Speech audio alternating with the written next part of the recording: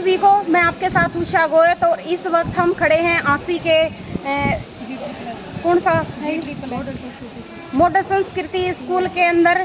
यहाँ पे जो पेंशन बहाली को लेकर सरकारियों ने विरोध प्रदर्शन किया हुआ है, वो साइकिल यात्रा आज हमारे आसी के अंदर पहुंची है और यहाँ पे उनका स्वागत के लिए खाने की विशेष व्यवस्था की गई है। और जो हमारे मैम खड़े हैं साथ में, इनसे पूछते हैं कि क्या मांगे इनकी। राम राम कर दो पहले तो दर्शकों को। राम राम जी सभी को, सभी दर्शकों को। आप किस पद पे हैं? मैं जेबीटी हूँ जी। नाम क्या है? मीनू जी। अच्छा, आपका? मैं जेबीटी की पद पर कार्यरत हूँ। नाम मेरा सुमन रानी है। हम हासी के रहने वाले हैं, लेकिन हमारी पोस्टिंग कैथल में है। क्या मांग है आपकी सरकार से? एक और एक, केवल एक ही मांग है फिलहाल तो, ओपीएस पुरानी पेंशन बहाली। पुरानी पेंशन बहाल करो जो पहले दी जाती थी सभी कर्मचारियों को, लेकिन 2004 के बाद से ये बंद कर दी गई है। ठीक है, हमें एनपीएस के फायदे गिना रही है ये सरकार। एनपीएस का कोई फायदा नहीं है। बुढ़ापे में सारी जिंदगी हम नौकरी करेंगे, 58 साल की रिटायरमेंट के बाद क्या करेंगे हम?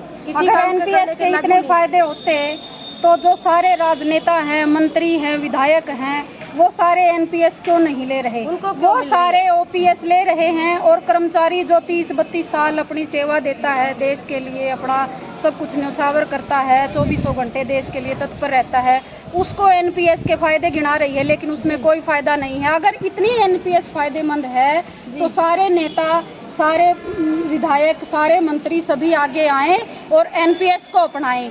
अगर ओपीएस में, ओल्ड पेंशन स्कीम में कमियां हैं तो हम उसको कमियों को सहन करने के लिए तैयार हैं। कर्मचारियों को ओपीएस दे दें। अगर एनपीएस फायदेमंद हैं तो खुद एनपीएस ले लें। जी बिल्कुल, इनका ये कहना है भाई, अगर मान लो 60 साल 58 साल तक हमें सरकार में हम अपनी दे रहे हैं, हम अपना कार्य कर रहे हैं, उसके बाद जब रिटायरमेंट होती है उसके बाद पेंशन नहीं मिल रही, तो क्या मतलब आगे आने वाले बच्चे इनकी सेवा कर पाएंगे? इनके पेंशन के बगैर इनको रख पाएंगे? इनके पास आखिरी क्या मतलब वो होगा, क्या कहाँ जाएंगे ये लोग? आखिरी इनके पास कोई इलाज नहीं बचेगा वृद्धाश्रम में जाने के अलावा, और कोई इनके पास रास्ता नहीं बचेगा। और एक ये भी कह रहे हैं कि जो विधायक हैं फिर वो भी तो यही अपना एनपीएस अपनाएं। सिर्फ इन कर्मचारियों के लिए ये क्यों लागू किया गया है? वो विधायक सिर्फ एक ओपीएस ही ले रहे जी। अगर एक दिन का भी कोई विधायक बनता है तो वो भी ओल्ड पेंशन स्कीम का बेनिफिट लेने लग रहा है। अगर कोई 5 बार बना तो 5-5 पेंशन लेने लग रहा है। लेकिन क्या कर्मचारी जो अपनी जिंदगी के, वो सिर्फ 5 साल के लिए बनते हैं। 5 साल में अगर वो नेक्स्ट 5 साल के लिए बने तो नेक्स्ट पेंशन, उससे नेक्स्ट 5 साल के लिए बने तो नेक्स्ट पेंशन। लेकिन कर्मचारी जो 30-32 साल अपने देश को देता है, जनता की भलाई के लिए अपने निकालता है, उसको एनपीएस ना दे के उसको ओपीएस दे, जो रियल में देश के लिए काम कर रहा है। बिल्कुल भाई, देखो आने वाले टाइम में बुढ़ापे में इनका क्या हाल होगा अगर पेंशन लागू नहीं की गई तो।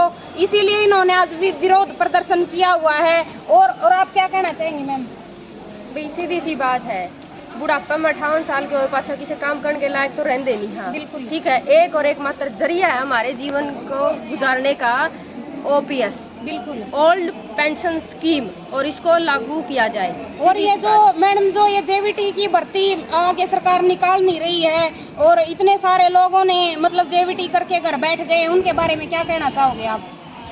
देखो जी, जेबीटी का ऐसा है, जैसे हम जिस टाइम पे लगे थे तो 25 बच्चों पे एक टीचर का रेशो करके हमें एडजस्ट किया, लेकिन वापस से 30 कर दिया वो। और उसके बाद सरकारी स्कूलों को बंद करने का काम सरकार कर रही है। कई योजनाएं, चिराग योजना है, कई योजनाएं ऐसी चला रही हैं कि बच्चों को प्राइवेट स्कूल में भेजो, हम 1100 रुपए पर मंथ देंगे। अब जिस बच्चे को प्राइवेट सरकारी स्कूल से जो बच्चा प्राइवेट स्कूल में जाएगा और उसको 1100 रुपए पर मंथ मिलेगा तो वो सरकारी स्कूल में क्यों जाएगा? ये काम सरकार कर रही है, सरकारी स्कूलों को। सरकारी में जाने वालों को फीस देनी पड़ेगी। मॉडर्न संस्कृति बना के रख दी है। सरकारी स्कूल में अगर बच्चा जाएगा तो फीस देगा, प्राइवेट स्कूल में अगर बच्चा जाएगा तो सरकार देगी। तो बताओ कहाँ जाएंगे? तो कहाँ से नौकरियां होंगी? बिल्कुल बिल्कुल, ये जो रेट उसको प्राइवेट करने लग रही है सरकार, तो आगे आने वाले टाइम में मतलब क्या होगा? सरकारी नौकरियां खत्म हो जाएंगी, भी तानाशाही हो जाएगी। तानाशाही हो जाएगी, मतलब एक कंपनी जॉब देगी, जितना काम मर्जी करवाएगी और उसकी मर्जी से वो तनख्वाह देगी, जब मन करेगा हटा देगी। सीधी सी बात है भाई।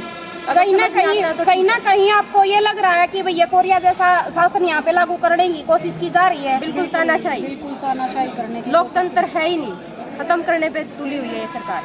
तो आप अपनी लड़ाई जारी रखोगे? बिल्कुल जारी रहेगी। जब तक हमारी पेंशन बहाल नहीं हो जाती, जब तक सारे कर्मचारी एक हैं और हम अपनी लड़ाई जारी रखेंगे। जो बहुत बहुत धन्यवाद आपका हमसे जुड़ने के लिए। आपका भी बहुत बहुत धन्यवाद। और सभी दर्शकों से भी निवेदन है कि भी समर्थन करें, सबकी लड़ाई है, हमारी अकेले की बिल्कुल लड़ाई ये है, कोई एक टीचर की लड़ाई नहीं है, सभी सरकारी कर्मचारियों की लड़ाई है इसमें। और चाहे वो सारे विभाग से है, चाहे वो हेल्थ डिपार्टमेंट से है, एजुकेशन डिपार्टमेंट से है, इरिगेशन डिपार्टमेंट से है, किसी भी डिपार्टमेंट से है, जो भी एनपीएस के अंतर्गत आ रहे हैं, उन सब की ये लड़ाई है।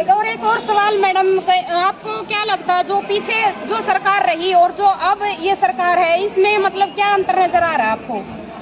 अंतर तो देखो कुछ खास है नहीं भी, सरकार के वही इधर के उधर चले जाते हैं नेता। सरकार तो चुप चुप के कर रही है, पता नहीं चलने दे रही। वो थोड़ी सामने से आके कर देती थी तो वो पकड़ में आ जाते थे, तो वो चीजें बैक फुट पे चली जाती। एक अंतर है जी, लेकिन अंतर ये है, सरकार चाहे कांग्रेस की हो, चाहे बीजेपी की हो, चाहे कल किसी और पार्टी की हो, लेकिन जो नेता होते हैं, विधायक बन के जाते हैं, वही गिने चुने होते हैं। माहौल दिखता है कि लोग कांग्रेस की तरफ रुझान है, तो वही नेता कांग्रेस पार्टी ज्वाइन कर लेते हैं। बिल्कुल। उनको लगता है कि आगे बीजेपी का माहौल बन रहा है, तो वही नेता बीजेपी पार्टी ज्वाइन कर लेते हैं। बैठे वही हैं वहाँ पे, करना उन्हीं को है, चाहे सरकार कोई भी हो।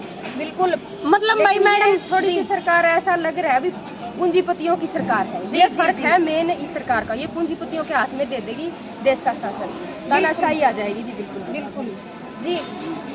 तो भी यही कहना है, सरकार चाहे कोई भी हो, अपनी मनमानी आखिर करके ही रहती है। हाँ, चलाती है जी जी, ठीक है मैडम, बहुत बहुत धन्यवाद आपका हमसे जुड़ने के लिए। आपके भी सभी दर्शकों का धन्यवाद, ज्यादा से ज्यादा सहयोग। तो आपको हमने ये दिखाया है सारा प्रोग्राम, तो आप भी बने रहिए हमारे साथ, हम आपको आगे की खबरें भी ऐसे ही दिखाते रहेंगे। धन्यवाद सभी का।